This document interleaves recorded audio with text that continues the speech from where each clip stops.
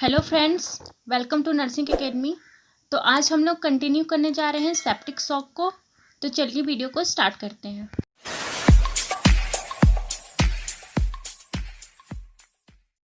तो आज हम लोग देखने जा रहे हैं मैनेजमेंट। तो मैनेजमेंट किसका हम देखने जा रहे हैं? सेप्टिक शॉक कह लीजिए, या फिर एंडोटॉक्सिक शॉक, या फिर बैक्टीरियमिया शॉक। तो इन तीनों जो हैं वो एक ही हैं। तो चलिए हम लोग स्टार्ट करते हैं इसके मैनेजमेंट में। तो इसका पहला मैनेजमेंट है replacement of the blood loss. ठीक है, तो जो ब्लड लॉस हो रहा है, क्योंकि यहाँ हाइपोवॉल्यूमिया के केस में, शॉक के कंडीशन में हाइपोवॉल्यूमिया के केस में क्या करना है? ब्लड ट्रांसफ्यूज करना है।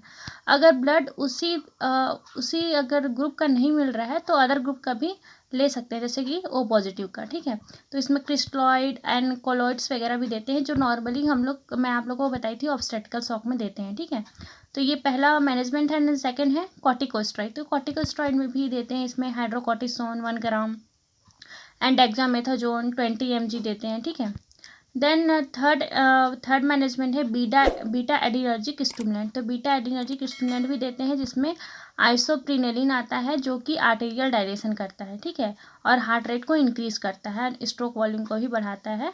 ठीक है, देन इसके बाद हम देखेंगे ऑक्सीजन। तो ऑक्सीजन भी हम लोग को एडमिनिस्टर करना पड़ता है रेस्पिरेटरी फंक्शन के लिए अच्छे से। देन इसके बाद है एमाइनोफाइलिन। तो एमाइनोफाइलिन क्या है? एक ब्रोंकोडायलेटर है, जो कि ब्रोंकोस्पाज्म को कम करके रेस्पिरेटरी फंक्शन को इम्प्रूव करता है। तो इसको भी शॉक में दे सकते हैं। ठीक है, देन इसके बाद देखते हैं एंटीबायोटिक थेरेपी। तो एंटीबायोटिक थेरेपी भी हेल्पफुल होता है बैक्टीरिया को किल करने के लिए। तो इसमें हम एंटीबायोटिक थेरेपी में दो टाइप्स के रेजिमेन देते हैं, regimen first and regimen second. तो रेजिमेन फर्स्ट में हमारा जो ड्रग है वो है, उसका नाम है एम्पिसिलिन या सेफेलोस्पोरिन। देन सेकेंड है जेंटामाइसिन। देन थर्ड है मेट्रोनिडाजोल। देन रेजिमेन सेकेंड है, उसमें क्या है? Clindamycin and gentamicin. तो वन बाय वन हम इसको डिस्कस करेंगे। तो पहला रेजिमेन फर्स्ट में है एम्पिसिलिन या सेफेलोस्पोरिन। तो इसको किस पर एक्ट करता है? तो ये एक्ट करता है एरोबिक ग्राम पॉजिटिव ऑर्गेनिज्म के ऊपर एंड ग्राम नेगेटिव कोकाई के ऊपर। ठीक है, दोनों के ऊपर एक्ट करता है। देन इसका डोज जो है वो 500 to 1000 mg देते हैं पर 6 आवर्स में। ठीक है, देन इसके बाद है जेंटामाइसिन। तो जेंटामाइसिन क्या किस पे वर्क करता है? ये एरोबिक ग्राम नेगेटिव बेसिलाई पर। तो इसमें 80 mg 8 आवर्स में देते हैं।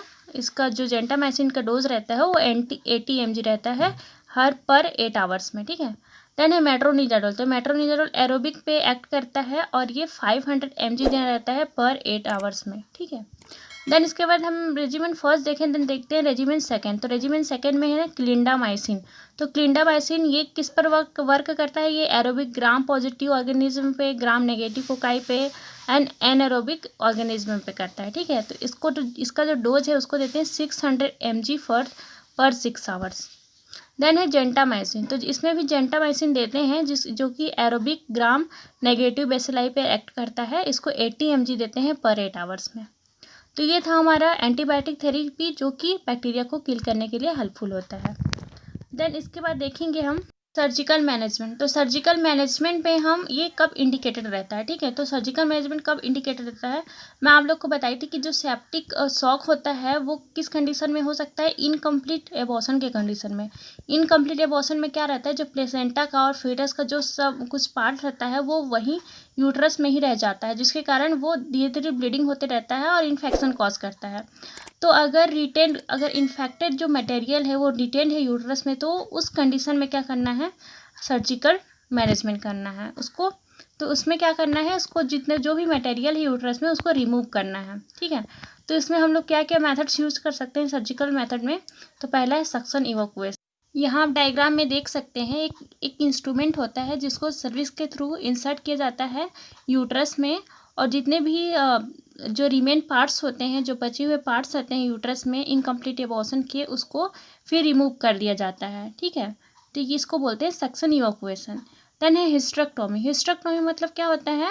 Removal of the parts of the uterus या total parts of the uterus. ठीक है, मतलब कि यहाँ पे यूट्रस को रिमूव कर दिया जाता है, उसके पार्ट्स को रिमूव कर दिया जाता है, तो उसको हिस्टेरेक्टोमी बोलते हैं। ठीक है, तो ये भी सर्जिकल ट्रीटमेंट में आता है। देन इसके बाद हम और क्या मैनेजमेंट कर सकते हैं? हम करेक्शन कर सकते हैं फ्लूइड एंड इलेक्ट्रोलाइट डेफिसिट को। तो इसके लिए हम यूज कर सकते हैं colloids, electrolytes, balance and crystalloid. Therapy दे सकते हैं। ठीक है, तो ये था हमारा मैनेजमेंट। यहाँ पे हमारा सेप्टिक एबॉर्शन जो है वो ख़त्म होता है। तो आज की वीडियो आप लोगों को कैसे लगी प्लीज़ कमेंट करके ज़रूर बताइएगा एंड लाइक एंड सब्सक्राइब ज़रूर कर दीजिएगा। Thank you.